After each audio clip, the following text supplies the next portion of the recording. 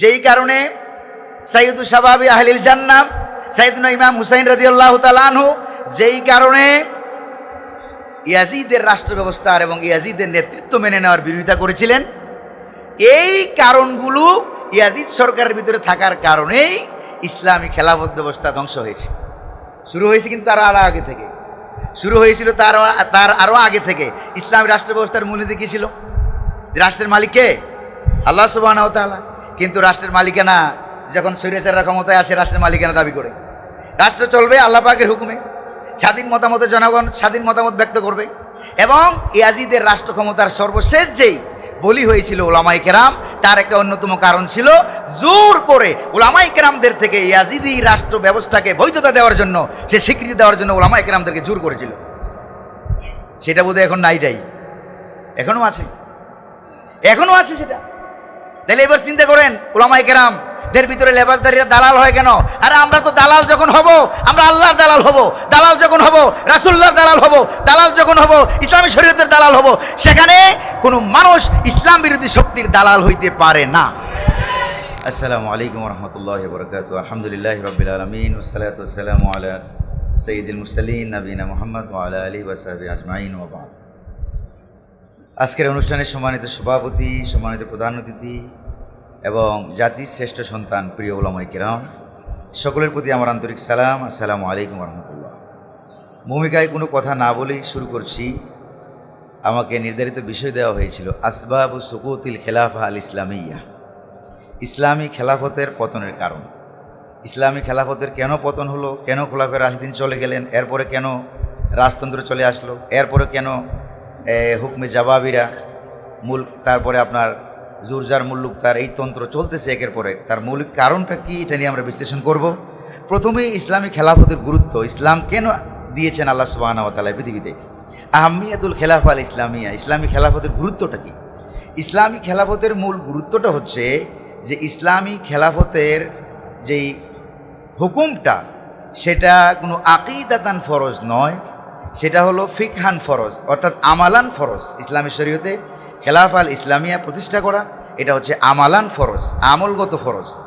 তবে এই আমলগত ফরজকে যদি কেউ স্বীকার করে, যদি কেউ কটূক্তি করে, তাহলে ইসলামী শরীয়তের আকিদার একটি কায়দা রয়েছে মা উলিমা মিনাদ্দিন বিদ-দরুরা, সেটার মুখালিফ হওয়ার কারণে, অকাট্য প্রমাণিত বিষয়ের বিরোধিতা করার কারণে ওই ব্যক্তি ইসলামী শরীয়ত থেকে খারেজ হয়ে যাবে, সে যেই হোক না কেন। এটা হলো ইসলামীর শরীয়তের খেলাফতের হুকুম এবং বিধান। তারপরে দ্বিতীয় পর্যায়ে হচ্ছে ইসলামী খেলাফত টিকে থাকে না। ইসলাম আল্লাহ পাক এই পৃথিবীতে কেন দিয়েছেন, ইসলামী শরীয়তের মূল মাকসাদ কি, এটাকে বলা হয় মাকাসিদুশ শারঈয়া আল ইসলামিয়া। ইসলামী শরীয়তের মূল উদ্দেশ্য কি আল্লাহ সুবহানাহু ওয়া তাআলা, এখানে রয়েছে জরুরিয়াত, রয়েছে তাহসিনিয়াত, রয়েছে হাজিয়াত। জরুরিয়াত, হাজিয়াত, তাহসিনিয়াত। জরুরিয়াতগুলি যদি আমরা উল্লেখ করি, 1 নম্বর হলো হেফজুদ্দিন, ঈমান রক্ষা করা। 2 নম্বরে হলো হেফজুন নফস, জীবন রক্ষা করা। 3 নম্বরে হলো হেফজুন নসল, বংশ রক্ষা করা। 4 নম্বরে হলো হেফজুল আকল, বিবেক রক্ষা করা।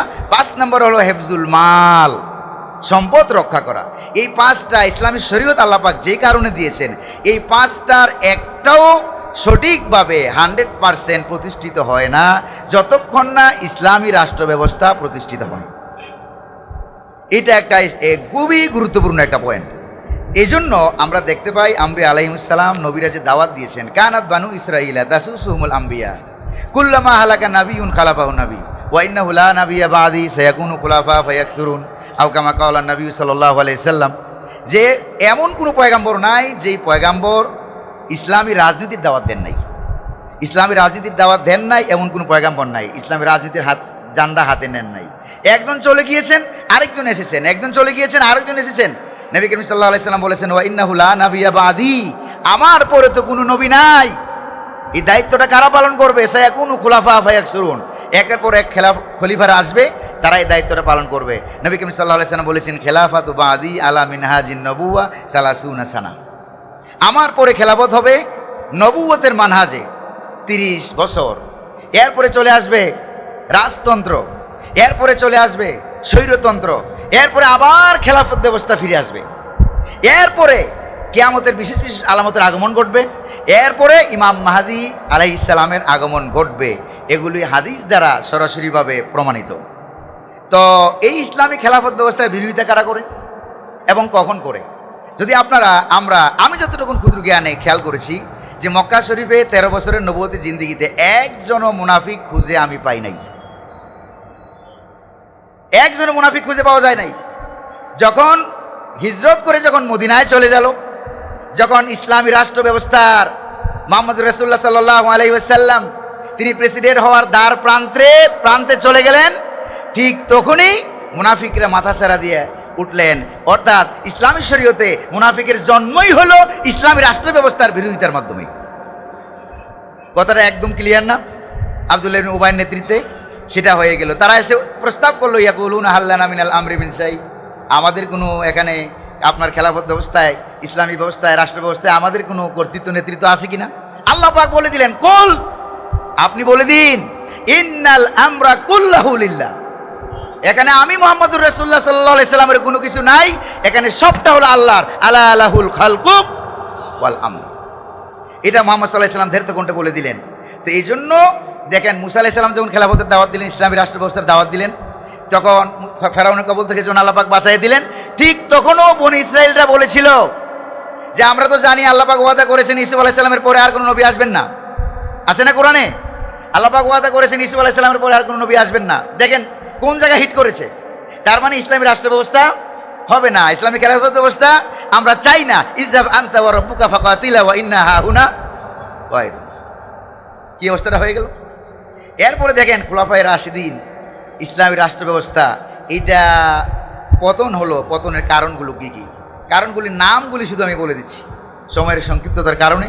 বিজ্ঞ প্রাজ্ঞ উলামায়ে কেরাম আছেন, আমারে ধৈর্য 14 বার পড়াইতে পারবে এরকম বহু উলামায়ে কেরাম এখানে আছেন, আমি জানি। তো এখন দেখেন এই পতনের মূল কারণগুলো কি কি। পতনের মূল কারণগুলি হিসাবে আমরা দেখতে পাই, যেই কারণে, একবার আমি বলে দিই, যেই কারণে সাইয়্যিদু শাবাবি আহলিল জান্নাহ সাইয়্যিদুনা ইমাম হুসাইন রাদিয়াল্লাহু তাআলা আনহু, যেই কারণে ইয়াজিদের রাষ্ট্র ব্যবস্থার এবং ইয়াজিদের নেতৃত্ব মেনে নেওয়ার বিরোধিতা করেছিলেন, এই কারণগুলো ইয়াজিদ সরকারের ভিতরে থাকার কারণেই ইসলামী খেলাফত ব্যবস্থা ধ্বংস হয়েছে। শুরু হয়েছে কিন্তু তার আরও আগে থেকে, শুরু হয়েছিল তার আরও আগে থেকে। ইসলামী রাষ্ট্র ব্যবস্থার মূলনীতি কী ছিল? রাষ্ট্রের মালিক কে? আল্লাহ সুবহানাহু ওয়া তাআলা। কিন্তু রাষ্ট্রের মালিকানা যখন স্বৈরাচাররা ক্ষমতায় আসে, রাষ্ট্রের মালিকানা দাবি করে। রাষ্ট্র চলবে আল্লাহ পাকের হুকুমে, স্বাধীন মতামতে জনগণ স্বাধীন মতামত ব্যক্ত করবে। এবং ইয়াজিদের রাষ্ট্র ক্ষমতার সর্বশেষ যেই বলি হয়েছিল উলামায়ে কেরাম, তার একটা অন্যতম কারণ ছিল জোর করে উলামায়ে কেরামদের থেকে ইয়াজিদি রাষ্ট্র ব্যবস্থাকে বৈধতা দেওয়ার জন্য, সে স্বীকৃতি দেওয়ার জন্য উলামায়ে কেরামদেরকে জোর করেছিল। সেটা বোধহয় এখন নাইটাই, এখনও আছে, এখনও আছে সেটা। তাহলে এবার চিন্তা করেন উলামায়ে কেরামদের ভিতরে লেবাসদারিরা দালাল হয় কেন? আরে আমরা তো দালাল যখন হব, আমরা আল্লাহর দালাল হব। দালাল যখন হব, রাসূলুল্লাহর দালাল হব। দালাল যখন হব, ইসলামী শরীয়তের দালাল হব। সেখানে কোনো মানুষ ইসলাম বিরোধী শক্তির দালাল হইতে পারে না। সেটাই তো ছিল আমাদের মূল কথা, সেটাই তো ছিল আমার মূল প্রতিপাদ্য বিষয়। এবার দেখেন ইসলামী খেলাফত ব্যবস্থার এই যে পতনগুলো, এক নম্বরে লেখা হয়েছে দফুল খুলাফা, খোলাফায়ে রাশিদিনের বা খলিফাদের দুর্বলতা, খলিফাদের রাষ্ট্র শাসকদের দুর্বলতা। এটা অভ্যন্তরীণ কারণ, মানসিক দুর্বলতা। সমাজে আপনি ভালো মানুষ বহুত পাবেন, যাদেরকে আল্লাহর ওলি বলে ব্যক্ত করা হয়, এরকম আল্লাহর ওলি মার্কা মানুষ বহুত পাবেন, কিন্তু ময়দানে পাওয়া যায় না। কিন্তু ময়দানে পাওয়া যায় না। এটা একটা মহামুসিবতের কথা। এমনকি যারা আমাদের বিরোধিতা করে, বুঝছেন তো, যারা আমাদের বিরোধিতা করে, তাদের দেশে পৃথিবীর জঘন্যতমভাবে নিকৃষ্টভাবে মুসলমানদেরকে হত্যা করা হয়, মসজিদে আগুন দেওয়া হয়। গত জুমার দিনের খবর, কলকাতা জুমা মসজিদে নামাজ পড়তে দেওয়া হয় নাই। কই সেইখানে তো আপনাদের কোনো ভূমিকা আমরা খুঁজে পাই না।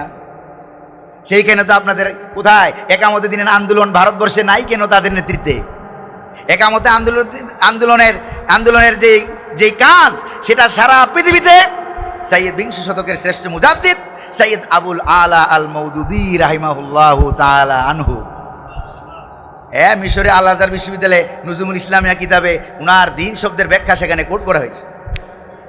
তারপরে মিশরে কুলিয়াতুদ দাওয়া আল ইসলামিয়ায় সেখানে সৈয়দ আবুল আলা আল মওদুদি রাহিমাহুল্লাহর জীবনী পাঠ্য করা হয়েছে। জামাত ইসলামীকে নিয়ে সেখানে দরস দেওয়া হয়। চিন্তা করছেন ব্যাপারটা? তাহলে উনারা গেল কোন পর্যায়ে? যেটা নিয়ে খুব বেশি মাতামাতি করা হয় মেয়ারে হক নিয়ে, সেই যখন বাংলাদেশ জামাত ইসলামের কার্যবিবরণী বই আছে না, এই কার্যবিবরণী বইতে যখন প্রথম সম্মেলন যখন অনুষ্ঠিত হয়, সংবিধান যখন লেখা হয়, সৈয়দ আবুল আলা মওদুদী রাহিমাহুল্লাহর সাথে সৈয়দ আবুল হাসান আলী নদভী রাহিমাহুল্লাহ তিনিও ছিলেন কি না? তিনিও ছিলেন। মনজুর নুমানী রাহিমাহুল্লাহ তিনি ছিলেন। বড় বড় উলামায়ে কেরাম ছিলেন। কই তখন তো সংবিধান লেখা হয়েছে, ওই বড় বড় উলামায়ে কেরাম তো তারা কি করে নাই? ওনারা তো কি করেন নাই? কোনো আপত্তি তোলেন নাই। তার মানে মূল আপত্তির কারণ ওই যে মদিনা শরীফে যারা আপত্তি করেছিল, ভালো করে খেয়াল করেন সিরিয়ালটা, মুসা আলাইহিস সালামের জামানায় যারা আপত্তি করেছিল, এক শ্রেণীর ইহুদি উলামায়ে কেরাম ঈসা আলাইহিস সালামের বিরোধিতা করেছিল, ঠিক ওই শ্রেণীটাই তারা বিরোধিতা করে সবসময় বাতিলের সাথে আতাত করে নিজেদের পিঠ বাঁচানো। আমার ভাই আলী হাসান উসামা ভাই বলেছিলেন যে পিঠের কথা উনি বলেন নাই, পিঠের কথা আমি বলেছিলেন। আমি বলি যে না, পিঠের কথা নয়। এই জাতীয় বিরোধিতা যারা করে, ওমর রাদিয়াল্লাহু তাআলা আনহু এদেরকে ধরে এমনভাবে পিটাইতেন, হাত্তা দুমিয়ার আসু। এরপরে মাথা দিয়ে রক্ত যখন বেরোতো, তখন সে বলতো, ইয়া আমিরাল মুমিনিন হাসবুক, ও আমিরুল মুমিনিন হাসবুক, যথেষ্ট হয়েছে, আর পিটানোর দরকার নাই। কাদ যাহাবাল্লাযী কুনতু আজিদু ফি রাসি, আপনার পিঠা খাইয়া আমার মাথায় যে ভূতরা ছিল, এই ভূতরা পালিয়ে গেছে। এবার চিন্তা করছেন, উলামায়ে কেরাম যদি হকের বিরোধিতা করে, তাহলে শাস্তিটা কি হওয়া উচিত? as-সাহাবা কুল্লুহুম উদুল। একজন ভাই বলেছেন, as-সাহাবা কুল্লুহুম উদুল। এইটা উদুল আর মাগফুর এক জিনিস নয়। উদুল আর মাগফুর এক জিনিস নয়। মুকাদ্দমা ইবনে সালাহ থেকে শুরু করে তাদরিবুর রাবি, আল-আজিজ ওয়াজিজ ফি উলুমুল হাদিস, উলুমুল হাদিসের প্রত্যেকটা কিতাবে উসুলে এসেছে আল-সাহাবা কুল্লুহুম উদুল, তার মানে ফাওকাল জারহ ওয়াত তা'দিল। উনারা জরা তাদিলের ঊর্ধ্বে, জরা করতে পারবেন না। কিন্তু সবাই মাগফুর, বিনা নস্যে, বিনা দলিলে। যে সমস্ত ক্ষেত্রে দলিল আসছে তারাই মাগফুর, যেখানে দলিল আসে নাই তারা মাগফুর নন। এবার সর্বশেষ আমি একটা আশার আলো দেখাইতে চাই, একটা সর্বশেষ পয়েন্ট আমি একটা আশার আলো দেখাইতে চাই। সেই আলোটা হচ্ছে খেলাফা রাশেদা কাবলাল মাহদি। আমাদের বাংলাদেশে অনেক হক্কানি ওলামায়ে কেরাম ওই জায়গায় যে তালগুল পাকাই ফেলছে যে লা খেলাফা কাবলাল মাহদি, ইমাম মাহদি আলাইহিস সালামের আগে নাকি কোনো খেলাফত নাই। আজীব কথা, আশ্চর্য কথা। এটার বিরোধিতা করেছেন কে? এটার বিরোধিতা করেছেন বিংশ শতকের শ্রেষ্ঠ মুজাদ্দিদ সৈয়দ আবুল আলা আল মওদুদী রাহমাতুল্লাহ আলাইহি। উনার তাজরিরুল ইহইয়াদ্দিন, ইসলামী রেনেসাঁ আন্দোলন কিতাবে ইমাম মাহদি আলাইহিস সালামের অধ্যায়ে তিনি বলেছেন এটা সঠিক নয়।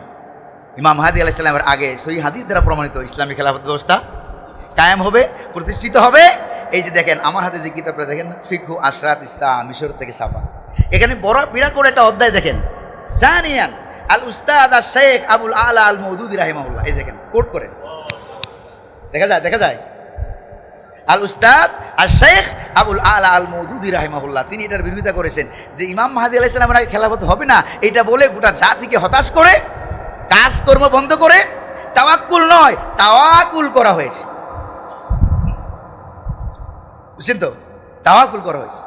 কারণ সহিহ হাদিস দ্বারা প্রমাণিত কি, একটা হাদিস শুধুমাত্র শোনাই দেই, ইজা রাআইতাল খিলাফাতা কাদ নাযালাত আল আরদাল মুকাদ্দাসাতা ফাকাদ দানাতিজ জালাজিল ওয়াল বালায়া ওয়াল উমুর আল ইজাম ওয়া সাআতু ইয়াউমা ইযিন আকরাবু ইলান নাসি মিন ইয়াদি হাযিহি মিন রাসিক।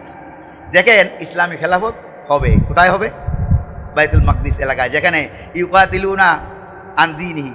এই যে সাহাবায়ে কেরাম সম্পর্কে ইবনে মাসউদ রাদিয়াল্লাহু তাআলা আনহু তিনি বলছেন না, ইখতারাহুমুল্লাহু তাআলা লিসুহবাতি নবীহি ওয়া লিইকামাতি দীনিহি।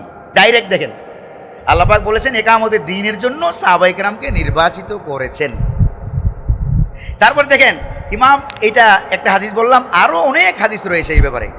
আর সর্বশেষ ছোট্ট আরেকটা হাদিস, আনাস ইবনুল হারিস রাদিয়াল্লাহু তাআলা আনহু قال رضي الله تعالى عنه قال النبي صلى الله عليه وسلم إن ابني يعني الحسين يقتل بأرض يقال لها كربلاء। মুসনাদে আহমদের হাদিস, তারিখে বুখারীর হাদিস, বেদায়ে নেহায়ের হাদিস, যে আমার এই নাতি এক জায়গায় তিনি শাহাদত বরণ করবেন, এই জায়গার নাম হলো কারবালা। ও আমার সাহাবীরা, ভালো করে খেয়াল করেন, ও আমার সাহাবীরা, ফামান শাহিদা মিনকুম যালিক ফালিয়ানসুরহু, তোমাদের মধ্যে যে ব্যক্তি তাকে পাবে সে যেন ইমাম হুসাইনকে সাহায্য করে, সহযোগিতা করে। হ্যাঁ, ওয়া শাহিদা ওয়া কুতিলা মাল হুসাইন ইয়ৌমা ইযিন আনাস ইবনুল হারিস রাদিয়াল্লাহু তাআলা আনহু। এই হাদিস বর্ণনাকারী যিনি রাবি ছিলেন, তিনি ওই দিন ইমাম হুসাইন রাদিয়াল্লাহু তাআলা আনহুর সাথে একই সাথে শাহাদাত বরণ করেছেন। তাদেরকে যারা শহীদ করেছে তাদের বিরুদ্ধে স্বয়ং মুহাম্মদুর রাসূলুল্লাহ সাল্লাল্লাহু আলাইহি ওয়াসাল্লাম আল্লাহ পাকের দরবারে মামলা দায়ের করবে। শহীদে কারবালার রক্ত সহনিয়া আছেন হাদিসে, রক্ত সহনিয়া। তো আল্লাহ সুবহানাহু ওয়া তাআলা এই যে আমরা খেলাফত ব্যবস্থা কণ্ঠকাঠিন্য এক রাস্তা, এটা সবাই আসতে চায় না, এটা তো সবাই আসতে চায় না, ফুল বিছানো নয়, কণ্ঠকাঠিন্য এক রাস্তা। এই জন্যই তো বারবার আজকে মনে পড়েছে শহীদ আল্লামা মতিউর রহমান নিজামী রাহিমাহুল্লাহর কথা, শহীদ আল্লামা দেলাওয়ার হোসেন সাইদি রাহিমাহুল্লাহর কথা। এই কাজে আসলে এরকম পরিণতি বরণ করতে হয়, এটা যুগ যুগ ধরে প্রমাণিত। ফারিকান কাযাবতুম ওয়া ফারিকান তাকতুলুন। তারপরে হাজামা ইনদি ওয়ালা ইলমু ইনদাল্লাহ। ওয়াসসালামু আলাইকুম ওয়া রাহমাতুল্লাহি ওয়া বারাকাতুহু।